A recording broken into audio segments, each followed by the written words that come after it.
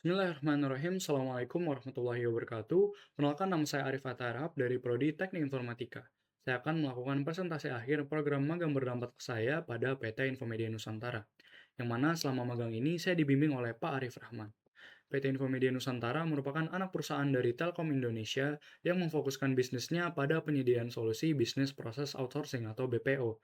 Hingga saat ini, Infomedia telah mengelola proses bisnis lebih dari 600 perusahaan di berbagai segmen industri, yang mana mereka memiliki dua layanan unggulan. Yang pertama adalah Customer Relation, yang kedua adalah Shared Service Operation. Selama magang ini, saya memiliki posisi sebagai Automation AI Intern di Departemen 3A Product Development yang dinaungi Divisi Product Development, yang memiliki tiga departemen lainnya seperti Product Owner, IT Product Development, dan juga Quality Assurance. Selama magang ini, kami menemukan permasalahan yang dapat kami perbaiki di Infomedia Nusantara, yaitu pengembangan model machine learning di sana itu masih dilakukan secara terdesentralisasi per project, yang mana hasilnya model yang dihasilkan masih dimonitor melalui masing-masing sistem project yang ada. Saat ini, proses permintaan suatu fitur dalam sebuah produk beralih dari sekedar pemberian gambaran desain ke prototipe. Namun, tim produk di Infomedia itu masih kesulitan mendeliver prototipe jika memerlukan model machine learning. Dari temuan tersebut, kami menjabarkan tiga rumusan masalah. Yang pertama adalah bagaimana cara menyatukan seluruh proses pengembangan model machine learning dalam sebuah sistem. Yang kedua adalah bagaimana cara membuat sistem pengembangan model machine learning yang ramah bagi pengguna non-teknis. Dan yang ketiga adalah bagaimana cara mengefisiensikan seluruh alur end-to-end machine learning. Dari temuan dan rumusan masalah tersebut, kami membuat suatu rancangan awal solusi berupa website yang diharapkan dapat memenuhi cakupan machine learning model lifecycle seperti data ingestion, data preparation, model development, model evaluation, deployment, monitor, dan juga ops. Yang kita inginkan juga, sistem ini memiliki kapabilitas seperti end-to-end ML lifecycle, eksperimen workflow, model registry dan model versioning, MLOps automation, security dan IM, dan juga observability dan monitoring. Yang harapannya dengan cakupan dan kapabilitas ini dapat mendapatkan dan memberikan poin plus ke Infomedia seperti percepatan pembangunan model machine learning, kemudahan akses ke tools-tools machine learning, penurunan cost operasional, dan yang terakhir adalah siap digunakan dalam skala enterprise. Dari rancangan awal solusi kami ini, kami membangun ide awal bernama Infomedia Auto ML, AI Powered Machine Learning Dev Website, yang mana AutoML ini adalah sebuah website pengembangan model machine learning terintegrasi. Website ini menggabungkan proses pengembangan dan pasca pengembangan melalui antarmuka yang ramah bagi pengguna teknis dan juga non-teknis. Yang harapannya ini ditargetkan untuk role-role seperti AI ML Engineer, tim IT Development, IT Operation, Business Analyst, dan juga Product Development.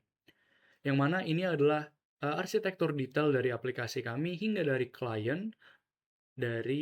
klien hingga data dan storage registry, yang mana saya mempersimpel arsitektur ini menjadi arsitektur yang sederhana, mulai dari user interface berupa front end yang mengakses fitur-fitur kami melalui Fast API Gateway backend kami untuk mengakses database, AutoML engine kami, dan juga Docker, model hosting, dan inferencing. Dari arsitektur ini, kami membuat suatu batasan produk kami selama magang ini. Tentunya yang pertama adalah produk kami itu berfokus pada coverage proses pengembangan model, bukan akurasi model.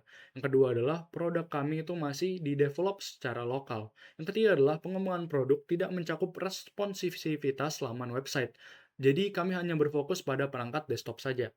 Dan yang terakhir adalah hasil pengembangan ini masih bersifat prototype dan belum mempresentasikan produk akhir Infomedia Nusantara.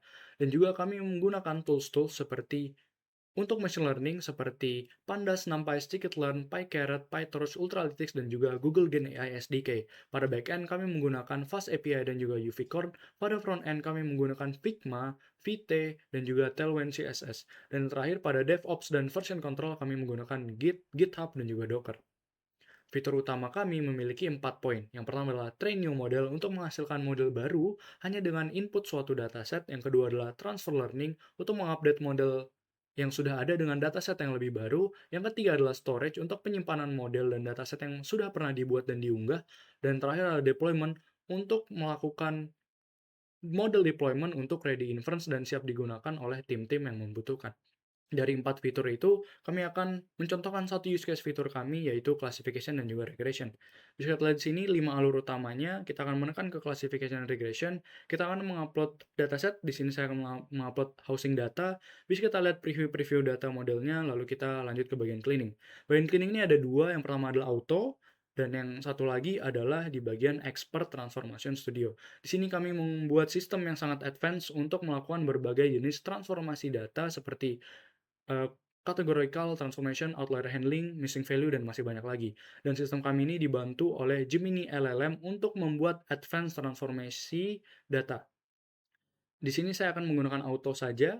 Bisa kita lihat di sini data yang kosong tuh sudah hilang semua dari data preview yang bisa kita lihat. Lalu kita akan lanjut ke bagian feature engineering. Pada feature engineering ini, kita bisa melakukan manual mode dan juga AI mode. Pada manual mode ini, kita bisa melakukan logika-logika aritmatik, logika biasa, dan juga agregasi. Dan pada AI mode ini, kami menggunakan otak LLM Gemini untuk membuat auto feature engineering. Bisa kita lihat sini, kita apply dan bisa kita lihat di sini 5 feature yang sudah kita tambahkan tadi sudah tertambah pada dataset kita. Lalu kita lanjut ke bagian training. Pada bagian training ini juga kita menyediakan preview dataset dulu untuk mengkonfirmasi akhir, dan kita menyediakan dua tipe, yaitu Autopilot dan juga Expert Studio. Pada autopilot dia akan memiliki model yang terbaik, sudah hardcode, dan di sini kita bisa memilih model-model yang kami sediakan seperti XGBoost dan Random Forest dan bisa mengatur hyperparameter ya. Bisa juga konfirmasi di sini bahwa benar-benar berjalan pada backend kami yaitu Python. Di sini XGBoost dan juga Random Forest. Kita tunggu saja di sini melakukan training, bisa kita lihat evaluation bahwa model XGBoost itu mendapatkan R2 yang paling besar, R squared yang paling besar, yaitu XGBoost. Kita bisa melihat feature importance dan juga melakukan test file batch prediction. Itu adalah hasil akhir dari alur utama training model. Di sini kita bisa lihat model yang sudah kita buat itu tersimpan dan juga dataset yang kita upload itu tersimpan di sini. Versioningnya juga ada, bisa kita langsung lakukan deploy, yang mana jika kita melakukan deploy, dia akan langsung mengupdate pada model deployment ini yang akan langsung membuat Docker container. Bisa kita konfirmasi juga pada Docker. Oke, masih belum selesai untuk pembuatan Docker containernya. Kita bisa lihat loggingnya langsung dari aplikasinya. Bisa kita lihat di sini sudah successful dan running. Kita cross check ulang pada bagian Docker desktop benar-benar sudah berjalan. Lalu jika ingin mengkonfirmasi lebih lanjut tentunya kita bisa lihat log-nya di sini.